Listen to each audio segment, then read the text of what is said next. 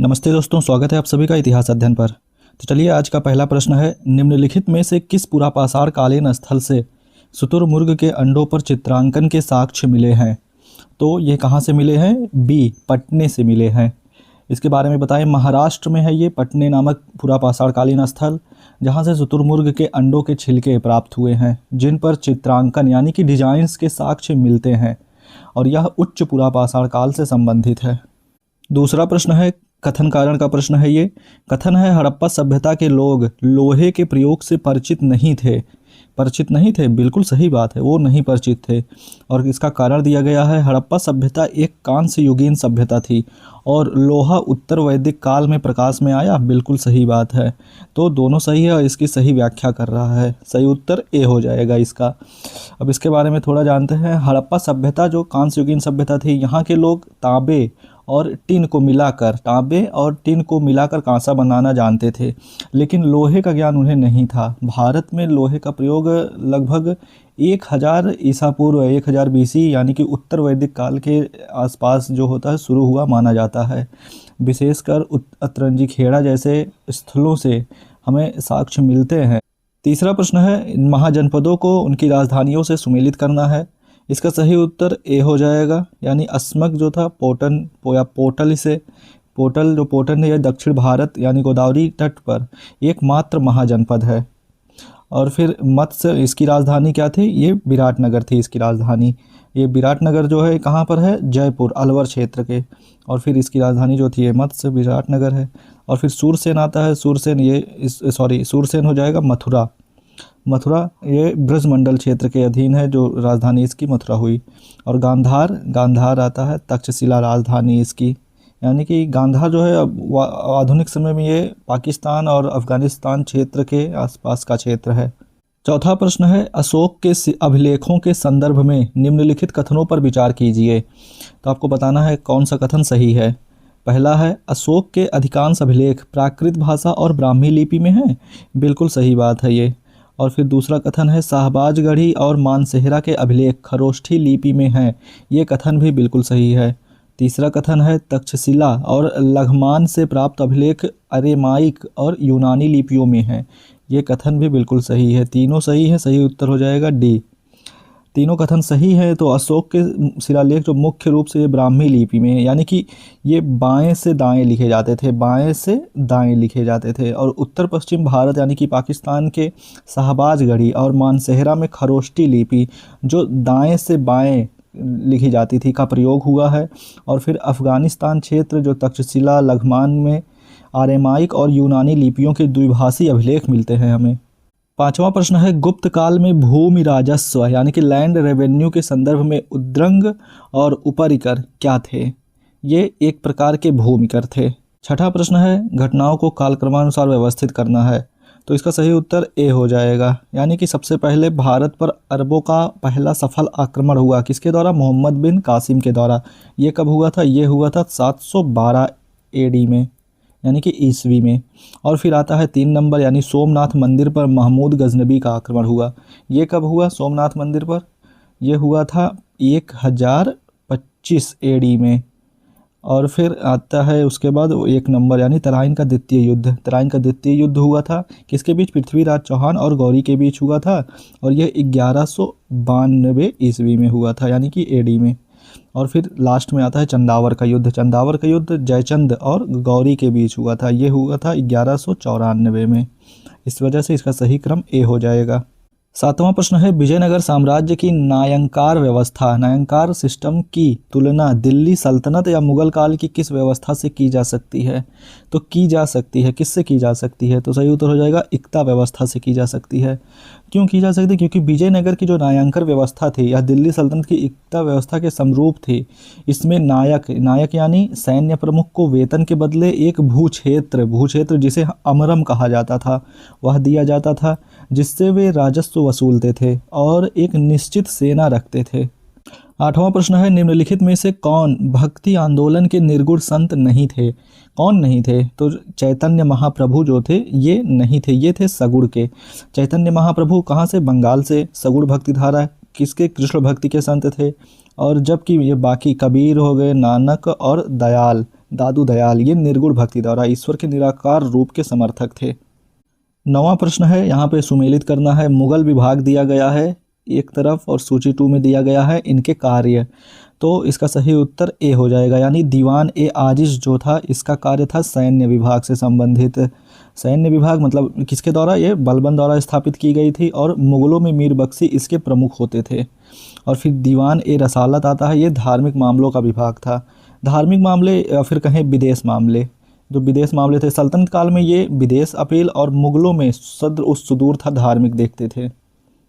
और फिर तीसरा दीवान ए इंसा आता है, ये था पत्राचार विभाग, ये शाही पत्राचार से संबंधित था। और दीवान ए वजारत, ये राजस्व एवं वित्त विभाग, वित्त एवं राजस्व से संबंधित था। 10वां प्रश्न है, आधुनिक भारत में द्वैध शासन यानी कि डायरचरी किस अधिनियम द्वारा प्रांतों में लागू किया गया था? किस अधिनियम द्वारा किया गया था? बी हो जाएगा सही उत्तर, 1919 का अधिनियम, यानी कि मॉन्टेग्यू चेम्सफोर्ड अधिनियम। इसके बारे में थोड़ा जानते हैं। 1919 का जो भारत सरकार अधिनियम था, यानी कि मॉन्टेग्यू चेम्सफोर्ड अधिनियम, यह प्रांतों में द्वैध शासन लागू किया इसके द्वारा, फिर जिसमें विषयों को हम आरक्षित और हस्तांतरित में बांटे, यानी बांटा गया। और फिर 1935 के अधिनियम द्वारा प्रांतों से द्वैध शासन हटा दिया गया और केंद्र में लागू किया गया। 11वां प्रश्न है, कथन कारण का प्रश्न है। कथन है, 1857 के विद्रोह को विनायक दामोदर सावरकर ने भारत का पहला स्वतंत्रता संग्राम कहा। बिल्कुल सही बात है। और फिर वे इस विद्रोह को केवल एक सैनिक विद्रोह नहीं मानते थे, बल्कि इसे राष्ट्रीय चेतना का उदय मानते थे। ये कथन भी बिल्कुल सही है, यानी कि इसका कारण भी सही है और कथन भी सही है। सही उत्तर हो जाएगा ए, यानी कि यह इसकी सही व्याख्या करता है। इसके बारे में जानते हैं। बी.डी. सावरकर ने अपनी पुस्तक, उनकी पुस्तक क्या थी? बी.डी. सावरकर की पुस्तक थी the Indian war of independence 1857, Indian war of independence 1847 में इसे सुनियोजित स्वतंत्रता संग्राम बताया गया। फिर उनका तर्क था कि यह केवल कारतूसों तक सीमित सैनिक विद्रोह नहीं था, कारतूसों तक सीमित नहीं था ये, बल्कि इसके पीछे राजनैतिक और राष्ट्रीय कारण भी थे। 12वां प्रश्न है, निम्नलिखित किसान आंदोलनों को कालक्रमानुसार व्यवस्थित करना है। इसे सही उत्तर इसका हो जाएगा ए, यानी कि सबसे पहले नील विद्रोह आता है। तो ये कब हुआ था? 1859 से 60 में। और फिर उसके बाद पहला यानी कि चंपारण सत्याग्रह, ये नील विद्रोह कहाँ पे? बंगाल में था। और फिर चंपारण सत्याग्रह ये था बिहार में था। कब हुआ? 1917 में। और फिर इसके बाद खेड़ा सत्याग्रह आता है। खेड़ा सत्याग्रह ये गुजरात का था और गुजरात में 1918 में। और फिर आता है बारदोली सत्याग्रह, ये भी गुजरात में था और फिर ये 1928 का था बारदोली सत्याग्रह। 13वां प्रश्न है, अगस्त प्रस्ताव यानी कि अगस्त ऑफर 1940 के बारे में निम्नलिखित में से कौन सा कथन सही नहीं है? कौन सा कथन यहाँ पे सही नहीं है ये बताना है। तो इसका सही उत्तर क्या हो जाएगा? पहले देखते हैं ए, इसने भारत के लिए डोमिनियन स्टेटस का लक्ष्य रखा। बिल्कुल सही बात है। इसने युद्ध सलाहकार परिषद की स्थापना का प्रस्ताव रखा, यह भी सही है। इसने संविधान सभा के गठन की मांग को अस्वीकार कर दिया था, नहीं, ये कथन गलत है। और फिर वायसराय की कार्यकारिणी में भारतीयों की संख्या बढ़ाने की बात कही गई, ये भी सही है। अब ये कथन क्यों गलत है इसे जानते हैं। अगस्त प्रस्ताव में पहली बार अंग्रेजों ने आधिकारिक रूप से स्वीकार किया कि भारत का संविधान बनाना मुख्यतः भारतीयों का ही काम होगा, और अतः संविधान सभा की जो मांग को सैद्धांतिक मंजूरी दी गई थी, अस्वीकार नहीं किया गया था, मंजूरी दी गई थी। 14वां प्रश्न है, पुनर्जागरण के संदर्भ में मानवतावाद का क्या अर्थ था? इसका क्या अर्थ था? इसका अर्थ था कि मानव जीवन, तर्क और इस लोक के सुख पर बल देना, इसका यही अर्थ था। इसे थोड़ा जानते हैं। पुनर्जागरण का केंद्र बिंदु जो था मानवतावाद था, जिसका अर्थ था परलोक यानी कि हेवन के बजाय इस लोक, वर्ल्डली लाइफ को महत्व देना। इसमें मानव की क्षमता, तर्क शक्ति और गरिमा पर जोर दिया गया। पेट्रार्क को मानवतावाद का पिता कहा जाता है। किसे कहा जाता है? पेट्रार्क को मानवतावाद का पिता कहा जाता है। 15वां प्रश्न है, अमेरिकी स्वतंत्रता संग्राम का तात्कालिक कारण क्या था? अमेरिकी स्वतंत्रता संग्राम का तात्कालिक कारण, इसका कारण था बोस्टन टी पार्टी था। क्यों था? ये कब? 16 दिसंबर 1793 1773 की बोस्टन टी पार्टी ये हुई थी, और फिर जिसमें यह घटना तब की थी, और फिर जिसमें चाय की पेटियों को, चाय की जो पेटियां होती थी उन्हें समुद्र में फेंक दिया गया था। अमेरिकी क्रांति का तात्कालिक कारण यही बना। और फिर इसके बाद ब्रिटिश सरकार ने बहुत कठोर कानून बनाए, और जिससे युद्ध अवश्यंभावी हो गया। 16वां प्रश्न है, कथन कारण का प्रश्न है। औद्योगिक क्रांति सबसे पहले इंग्लैंड में शुरू हुई। बिल्कुल सही बात है। और फिर इंग्लैंड के पास विशाल औपनिवेशिक बाजार और पर्याप्त प्राकृतिक संसाधन, कोयला और लोहा उपलब्ध थे। बिल्कुल सही बात है ये भी। तो दोनों सही है, और सही व्याख्या भी इसकी सही दी गई है। इंग्लैंड में जो औद्योगिक क्रांति थी 18वीं सदी में के शुरू होने के मुख्य कारण थे। इसके कारण क्या थे? उनके पास कच्चे माल की आपूर्ति और तैयार माल बेचने के लिए उपनिवेश जो थे, जैसे कि भारत हो गया, अमेरिका हो गया, और पूंजी की उपलब्धता जो थी उनकी, और कोयले लोहे की खदानें पास पास होना था, जिस वजह से औद्योगिक क्रांति वहाँ पे हुई। 17वां प्रश्न है, प्रथम विश्व युद्ध के बाद हुई वर्साई की संधि यानी ट्रीटी ऑफ वर्साइली 1919 के संदर्भ में कौन सा कथन सही है? कौन सा कथन सही है पूछ रहा है। इसे जर्मनी पर जबरदस्ती थोपा गया था। बिल्कुल सही बात है। इससे राष्ट्र संघ यानी कि लीग ऑफ नेशंस की स्थापना का मार्ग प्रशस्त हुआ। ये भी कथन सही है। और फिर तीसरा कथन है, जर्मनी को अपने सारे उपनिवेश छोड़ने पड़े थे। बिल्कुल सही बात है। इसके तीनों कथन सही है। वारसाई की जो संधि थी यह जर्मनी के लिए बहुत ही अपमानजनक थी एक प्रकार से कहें तो, और जर्मनी को युद्ध का दोषी माना गया। उसकी सेना सीमित कर दी गई, भारी हर्जाना लगाया गया, और उसके सारे उपनिवेश मित्र राष्ट्रों ने आपस में बांट लिए थे। सभी ने आपस में बांट लिए थे। और फिर इसी संधि के तहत राष्ट्र संघ की स्थापना भी हुई थी। 18वां प्रश्न है, रूसी क्रांति 1917 के दौरान अप्रैल थीसिस किसने प्रस्तुत की थी? किसने प्रस्तुत की थी? सही उत्तर इसका हो जाएगा लेनिन ने प्रस्तुत की थी। तो लेनिन ने प्रस्तुत की थी। और फिर इस व्लादिमीर लेनिन ने निर्वासन से लौटने के बाद अप्रैल 1917 में बोल्शेविक पार्टी के सामने अपनी योजना रखी, जिसे अप्रैल थीसिस कहा गया। इसे ही अप्रैल थीसिस कहा गया। और इसमें मुख्य मांगे क्या थी? यह थी प्रथम विश्व युद्ध समाप्त हो जाए, और सारी जो ज़मीन थी किसानों को मिले, और बैंकों का राष्ट्रीयकरण हो जाए। 19वां प्रश्न है, सुमेलित करना है यहाँ शीत युद्ध काल के समय की बात है। संगठन, नीतियाँ और फिर इसके संबंधित देश या उनके उद्देश्य दिए गए हैं। तो इसका सही उत्तर ए हो जाएगा, यानी कि नाटो जो है वह संबंधित है किससे?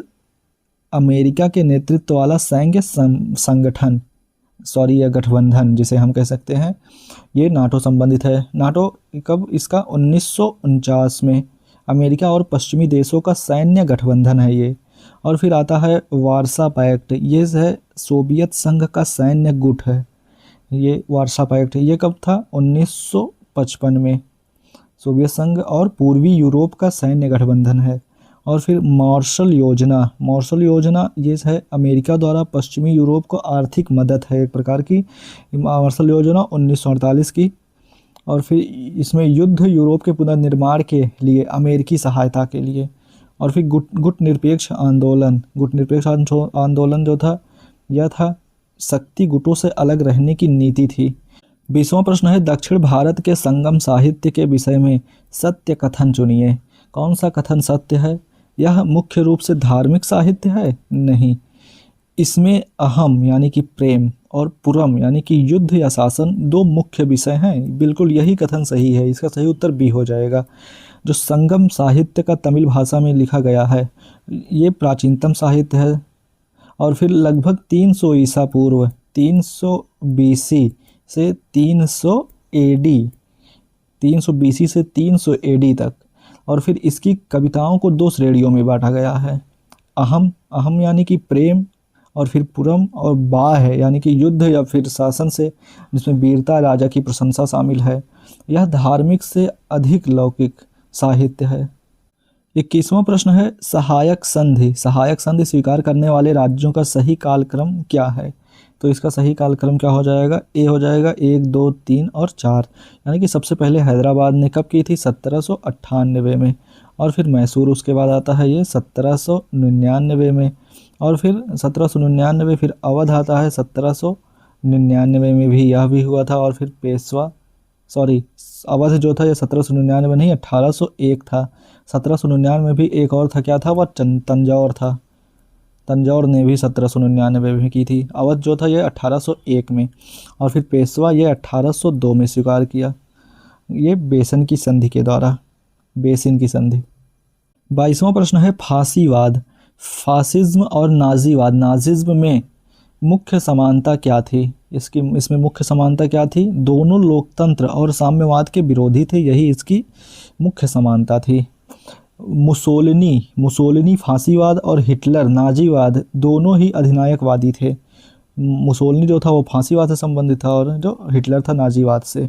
दोनों ही अधिनायकवादी थे। वे उदारवादी लोकतंत्र और साम्यवादी दोनों के कट्टर विरोधी थे। लोकतंत्र और साम्यवादी दोनों के कट्टर विरोधी थे। वे उग्र राष्ट्रवाद और राज्य की सर्वोच्चता में विश्वास करते थे। 23वां प्रश्न है 1929 की महामंदी का तात्कालिक प्रभाव क्या नहीं था? क्या नहीं था उसका प्रभाव? बैंकों का धराशायी होना? बिल्कुल नहीं, ये था। बेरोजगारी में अत्यधिक वृद्धि? ये भी नहीं होगा, ये तात्कालिक प्रभाव नहीं था, नहीं पूछा गया है। ये था, इसलिए ये गलत होगा। और वस्तुओं की कीमतों में भारी गिरावट? ये भी था, इसलिए ये भी गलत होगा। सोने के मूल्यों में गिरावट? ये सही उत्तर हो जाएगा इसका। ये इसका तात्कालिक प्रभाव का कारण नहीं था, क्योंकि महामंदी के दौरान वस्तुओं और शेयरों के दाम गिर गए थे, उत्पादन घट गया था, बेरोजगारी बढ़ गई थी। लेकिन अनिश्चितता के दौर में सोना जो था, यानी कि गोल्ड, इसका मूल्य आमतौर पर बढ़ जाता है या स्थिर रहता है, क्योंकि लोग इसे सुरक्षित निवेश मानते हैं। इसमें गिरावट मुख्य लक्षण नहीं था, इसलिए सोने के मूल्यों में गिरावट को हम तात्कालिक प्रभाव नहीं मानते। 24वां प्रश्न है भारतीय राष्ट्रीय कांग्रेस के किस अधिवेशन में मौलिक अधिकारों और राष्ट्रीय आर्थिक कार्यक्रम का प्रस्ताव पारित किया गया? किसमें किया गया? सही उत्तर हो जाएगा कराची अधिवेशन 1931 में। 1931 में कराची अधिवेशन जो था, 1931 का कराची अधिवेशन, इसके अध्यक्ष कौन थे? अध्यक्ष सरदार वल्लभ भाई पटेल। सरदार वल्लभ भाई पटेल। पहली बार मौलिक अधिकारों और आर्थिक नीति का प्रस्ताव पारित किया गया इसमें। इसका प्रारूप जो था जवाहरलाल नेहरू ने तैयार किया था। यह गांधी इरविन समझौते की पुष्टि के लिए बुलाया गया था यह अधिवेशन। 25वां प्रश्न है कथन कारण का प्रश्न है क्रिप्स मिशन 1942 विफल हो गया। विफल हो गया, बिल्कुल सही बात है। और इसका कारण क्या है? कांग्रेस और मुस्लिम लीग दोनों ने अलग अलग कारणों से इसे अस्वीकार कर दिया। यह इसका कारण भी बिल्कुल सही है। सही उत्तर हो जाएगा ए, दोनों सही है और यह इसकी सही व्याख्या भी है। क्रिप्स मिशन विफल रहा क्योंकि कांग्रेस को इसमें पूर्ण स्वतंत्रता के बजाय भविष्य में डोमिनियन स्टेट्स का वादा और प्रांतों को अलग होने का अधिकार, जो विभाजन की ओर इशारा था, पसंद नहीं आया था। कांग्रेस को पसंद नहीं आया था ये बात। और फिर मुस्लिम लीग ने इसे इसलिए खारिज किया क्योंकि इसमें स्वतंत्र रूप से पाकिस्तान की मांग जो थी वह स्वीकार नहीं किया गया था, इसलिए मुस्लिम लीग ने इसे भी खारिज कर दिया। ये थे आज के 25 प्रश्न।